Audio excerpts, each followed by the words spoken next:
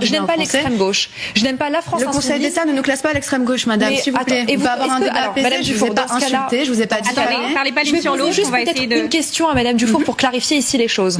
Est-ce que vous trouvez cela normal que votre collègue de Seine-Saint-Denis, monsieur Thomas Porte, puisse appeler au boycott des joueurs israéliens, des athlètes israéliens pendant les Jeux Olympiques? Est-ce que vous trouvez cela normal, oui ou non? Madame, la Russie, les athlètes russes, ils concourent sous quelle bannière? Non, c'est vrai que non, mais c'est sous bannière neutre avec les neutres. Donc non, c'est pas tout le comparer à Dufour. Est-ce qu'il n'y a pas la comparaison est quand même très aléatoire. Est-ce qu'il n'y a pas une violation avérée par la Cour internationale de justice du droit international par Israël? Est-ce que la Cour internationale de justice ne vient pas de rendre une ordonnance qui ordonne à Israël de cesser la colonisation? Je vous demande votre avis, madame. Moi, je trouve ça normal.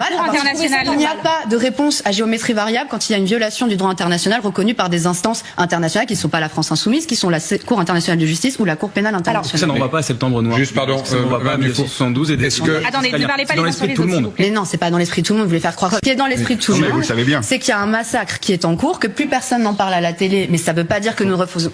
C'est faux. Honnêtement, de Gaza, on en parle beaucoup là. Vous avez parlé. Vous êtes les premiers à en parler. L'ONU est en train d'accuser le gouvernement israélien de bombarder volontairement les infrastructures de traitement d'eau à Gaza. Et maintenant, il y a la polio à Gaza. Je suis désolée. C'est de plus en plus catastrophique. La Cour internationale de justice vient de rendre une ordonnance qui est très claire. Ça fait la deuxième qu'Israël bafoue. On attend le mandat d'arrêt qui va être délivré par la Cour pénale internationale contre Benjamin Netanyahou. Je pense que c'est le moment. On parle d'une sanction qui est symbolique. C'est sérieusement, est-ce que vous pouvez affirmer sérieusement, je pense que vous êtes sérieuse, que vos partenaires dans le nouveau Front populaire socialiste sont d'accord avec vous sur le fait que les sportifs israéliens qui arrivent à Paris demain ou après-demain et peut-être déjà depuis hier ou avant-hier ne sont pas les bienvenus en France? Est-ce que vous pensez franchement que les socialistes sont d'accord avec vous là-dessus? Bien sûr que non. J'aimerais qu'ils le soient, parce que s'ils sont, monsieur, s'ils sont, comme ils le disent et comme on a signé ensemble, pour la reconnaissance d'un État palestinien, pour un cessez-le-feu immédiat et permanent, pour que ce massacre sanglant s'arrête, enfin, il va falloir commencer à prendre des actes, des sanctions économiques, des sanctions diplomatiques, des sanctions même symboliques, et à un moment donné, être pour sur le papier, mais être contre absolument toute initiative qui permette de sortir dans ce soutien, dans cette complicité passive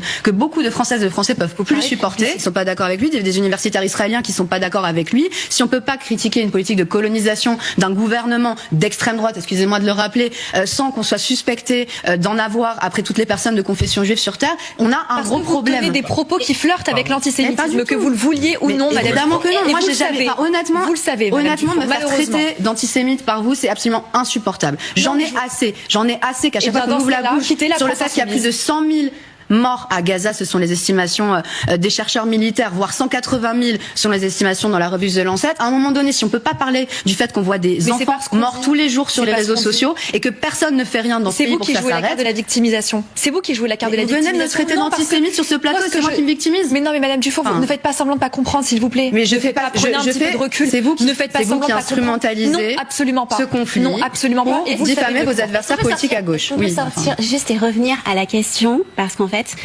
moi, ça m'interpelle. On est en train de parler de sport. Le sport, c'est un élément fédérateur, c'est un élément de rassemblement, et donc à un moment donné, c'est aussi un moment de paix. Et est-ce que justement, c'est pas à ce moment-là qu'il faudrait s'abstenir d'avoir ce genre de déclaration dans l'intérêt de tous les citoyens de ce monde? Excusez-moi, mais on parle de sport.